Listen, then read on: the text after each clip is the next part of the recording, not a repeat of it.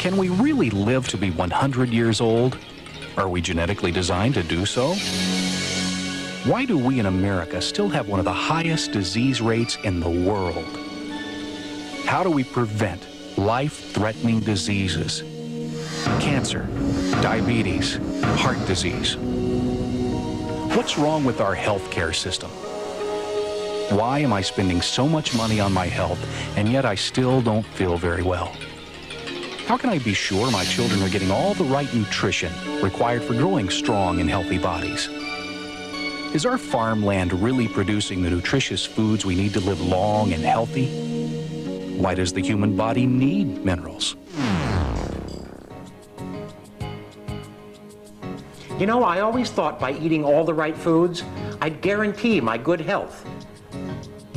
U.S. Senate Document 264 states, "The alarming fact is that the foods, fruits, vegetables, and grain now being raised on millions of acres of land that no longer contains enough of certain needed minerals are starving us, no matter how much of them we eat."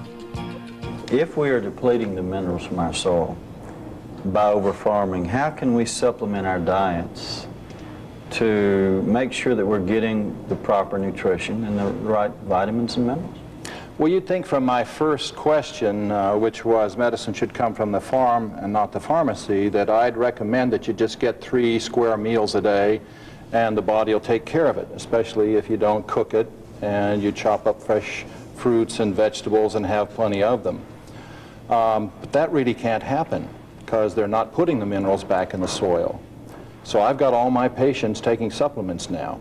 In fact, I've often told them, look, I'd rather you take your supplements and then eat, instead of eat and take your supplements. With the emphasis on taking your supplements.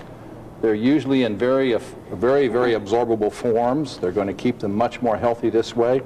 And I can be sure that they're going to get every single one of them. Some of our fruits and vegetables come from way south of here in other countries. We're not sure of their farming techniques and what's going in the soil there. And even those vegetables that are grown here under better standards still lack the care, and in fact the shipping that they do always destroys the vitamin levels in them. So you just can't depend on them. I think this is a big fallacy now. You'll hear a lot of nutritionists speaking about getting 3 square meals a day, and then you'll have vegetarians really proud of their diet because they get so many good fresh vegetables, and yet they're eating fake food. It can't help them, and some of them show it. They just don't look that well and they're not getting the results. Our soil would be healthy and alive, and it would be rich farmland. So you're saying that we aren't, We're not doing that now. and we're not getting it from our foods. We're not getting it from our foods either. But aren't the farmers putting back, you know, No, they're not. fertilizer and all No, that they're stuff not. They know, and I've got patients that are farmers. Once I ask them about it, and they'll say, well, no, all we put on is potash, and then we'll put the nitrogen on it. And then we've got our costs now, what they are, we'll put some potassium on the soil. So wherever you go, they're not putting much nutrient back in the soil. Why? They can get, 80, 90 bushel of wheat for whatever they invest in their nitrogen and their potash and their potassium. And they'll accept that. You know, I'm supposed to take this for my cough, this for my backache, this for my headache, this for my allergies, this for my indigestion, and 3 of these for stress. Dr. Linus Pauling, winner of 2 Nobel Prizes, claimed, "You can trace every sickness, every disease, and every ailment to a mineral deficiency." If you use good common sense, good nutrients will fix the body in every way, shape, or form. And that when you use stuff from the pharmacy, you're using shortcuts. And more often than not, you're just calming symptoms. See, that's our fear. Right. Is that doctors, they're used to going by, well, my stomach hurts, so they're going by your symptom. Yes. And not really, like you said, researching into the other, and that's a concern. Yeah. What I noticed was you're passed from one doctor to another doctor and another doctor and another doctor, and none of them know what the other one did. So that's where I found there was a lot of problems. Well, yours is one of the more amazing stories that I've really heard, and I've heard a lot of them. I've listened on the radio, and I've got people who call in, of course, my patient load. Could you give me some more details about it? I was over 300 pounds. I'd been heavy all my life. I had 3 sons, and I had tried all the diets and the pills and things. Because when you're fat, you're desperate to lose weight. You basically will do almost anything. And I went, after my son was being teased for having a fat mother, I went and allowed a doctor to do stomach stapling on me. I decided to have the procedure done in December of '86. I know that I was over 300 pounds because my scale didn't go over the 300. So I weighed way over 300. I imagine probably about 315. I know that I wore a size 56 dress from Women's World, so that's a very large dress. What they did to me was they cut me open. They took staples and made my stomach smaller, so it couldn't hold as much food, probably about 2 ounces of food. Sewed me up, and they tell you that all you need to do is stay on liquids for the first 3 months, and then slowly introduce soft foods, and then go on to regular food. And my mom and my husband and me, we were like, you know, is this safe? Is it going to work? And they said that the worst thing that could happen would be anemia, and that an iron pill would control that. And what else? Red meat. You couldn't eat red meat. I settled in. I was happy. I had lost the weight. My kids were going to school. And slowly, over the years, symptoms started to happen. And I had lost a great deal of my hair from the weight loss. It was so rapid. The weight loss was so rapid, I had lost a lot of hair. Then my nails started to get very thin, and I'd always had very long, pretty nails, and it started to get very thin and to go away. I noticed that I was cold, I mean just freezing, and at times in the middle of the night my husband would shake me to make sure I was alive because my body temperature would be so very cold. My skin got very scaly. I started to get warts on my feet and on my hands, and I had to have those lasered off. I went from one doctor to another to figure out what was going on. Because you just know that something's going on, that you're falling apart. You see it day by day. There came a point in time where I could get up in the morning and take a shower and get dressed and just go sit. I couldn't accomplish anything else. There was nothing else I could do. My mom hired a lady to come and clean the house once a week because there was no way I could do it. My skin started to split, so like when I would reach for something, or if I washed dishes, the thumbs and the fingers would split open and bleed. So I would take Band-Aids and wrapping them around the tips of my fingers, and obviously you can't wash dishes. I felt bad because when you feel like this, you rely on your children and your husband to do more work. And I'd ask the boys to do this or that, and I wasn't fulfilling what a mother does, and that was very defeating. Made you feel like you had to figure out what was going on, and you kept asking, or I did, I kept saying, there's something wrong, I know it, I know you're missing something, what can it be? And nobody had an answer. And on the 10th of February, I collapsed in the kitchen, and I didn't know that I was bleeding internally. I guess a bruise on my stomach, my old stomach, had ulcerated and started to bleed, and I didn't know that. So I had lost 2/3 of my blood count, and my husband called 911, and they took me in, and it was a hard time because it brought home just how sick and how fragile my life was.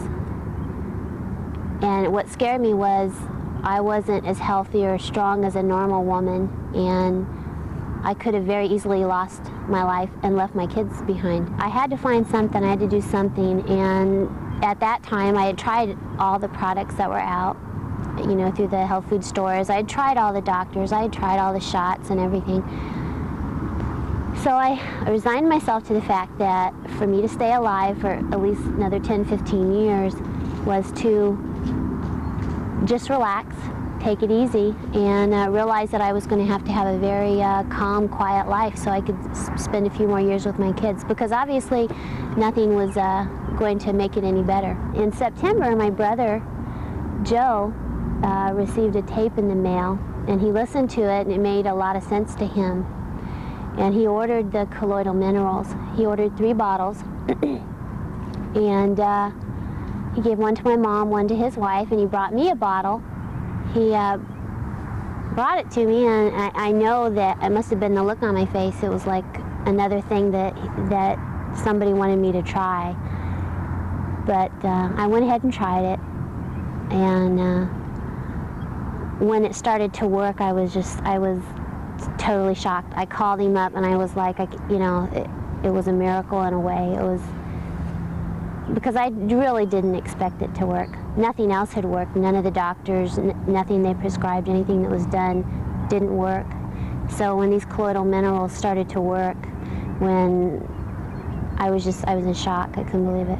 I started taking the minerals, and I only took 1 ounce a day because I wanted to make it last, you know.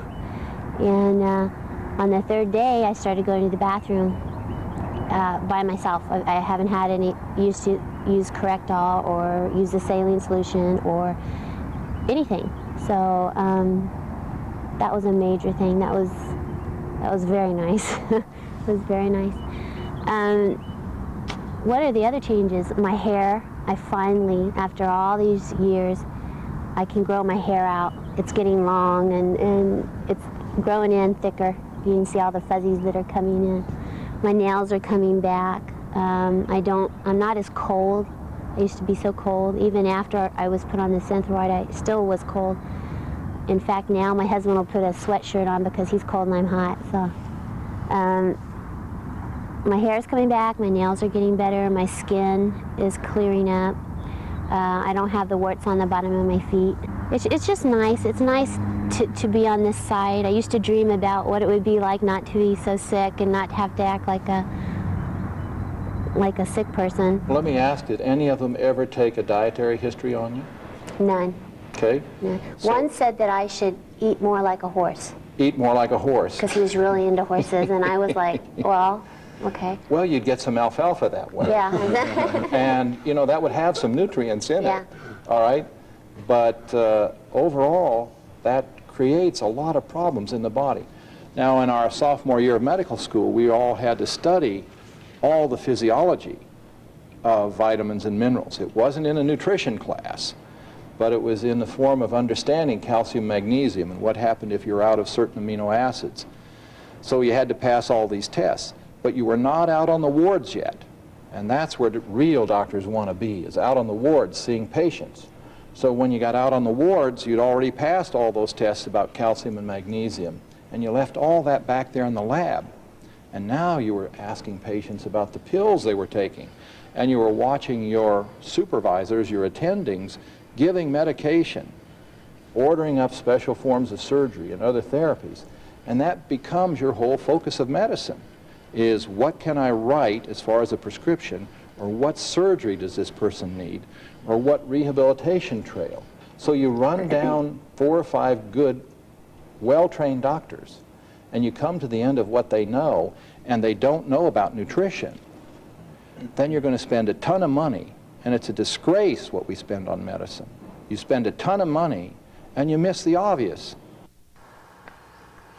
If we have the best healthcare system in the world, why do we have some of the highest cancer, heart disease, diabetes, birth defects, and joint replacement rates in the world? The average American lives to be about 70, 78 years of age. Do you think with better nutrition we could extend those years? I think that question really answers itself, but if we really believed it, you know, if you could just get how important it is to understand that there are 2 kinds of death. The first kind is what we see. That's what's responsible for that age 78, and you know that it's been 58 and lower numbers before, when we didn't have as many antibiotics and all the so-called good health that we have. But the thing that has pushed that number up is better nutrition and better living standards. Now, people were actually dying what I call a wear-out death if they didn't get enough proper nutrients and they didn't have good care of themselves, if they were cigarette smokers or if they lived a life where they drank or they had other abuses going on, too many of the improper foods, then you die early, and that's still true. You're set up to live to be about 110 years old. That kind of living, that is, when you live that long, it's because you've gone into something called a genetic death. Each cell is capable of dividing itself several hundred million times. It's a big number. If you wanted to write it on a wall in a room, it might take you about 7 days to get all the zeros on the wall. But that cell is finally going to stop dividing, and that's about when you're 100. And when it can't divide anymore, then it can't remember what to do, and that cell goes out of existence, and in about a week you die. And if you think about really healthy people you knew, like your grandfather who lived to be 98, he usually was quite healthy till about a week or two, and then he died. And that's what you call a genetic death. And that's a lot different than the kind of wear-out death that we have now because of our nutrition, our bad nutrition, and the problems we've got with other diseases. Even though I'm taking all these vitamins I bought on sale at the store, I still don't have the energy I expected. And shopping for minerals, just because you know that magnesium is needed, is frequently, really kind of a jungle out there, because people trying to cut prices or trying to get a large volume in, like 100 milligrams of this or 1,000 milligrams of that, those very, very rarely are totally absorbed. 99% of the American people are deficient in minerals, and a marked deficiency in any one of the more important minerals actually results in disease. My wife asked me the other day, why do you hassle with all these vitamin and mineral supplements? But for me, it makes all the difference in the world. I feel great.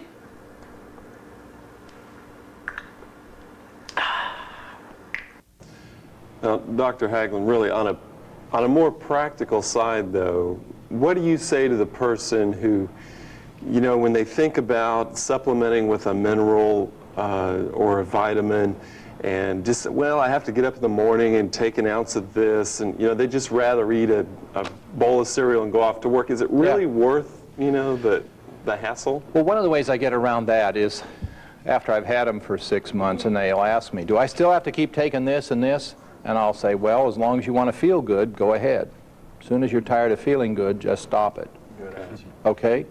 Second, I'll tell them, you're not taking pills, because everybody resents that. We sort of have something in our paradigm that says, I'm not a pill-taking kid. After all, real men don't eat quiche, and they don't take pills. All right? Women live longer because they do take them. But anyway, I tell them it's food. You're having your breakfast. Whatever else you decide to eat with it, that's a little energy. And I'll tell you what, it'll make you sleepy by 10:30 and make you want some more. But go ahead and eat it, because that's what they say is a good breakfast. But by and large, if you take your supplements and then sort of add some food to it, for the way we are right now, until we can get some better food, fine, you better do your supplements first. So when I think about the nutrients, the minerals that I recommend to my patients, somebody's got a problem with cramps in their legs at night, and I'm giving them extra calcium and magnesium. I think how much nicer it would be if they were getting a slow, steady, consistent supply of those things. And they could do that naturally. I think colloidal minerals are an excellent way of getting that done. Now, also, when I think about my patients, they really ought to take a lot of time in getting good prevention. If you don't have good prevention, there are just so many attacks on your health nowadays. Now, one of the most catchy things that I say to patients is that truly that medicine should come from the farm and not the pharmacy. Of course, I'm going to have to amend that now until we get some good minerals out there in the farmland. So I want my patients supplementing good minerals, good vitamins.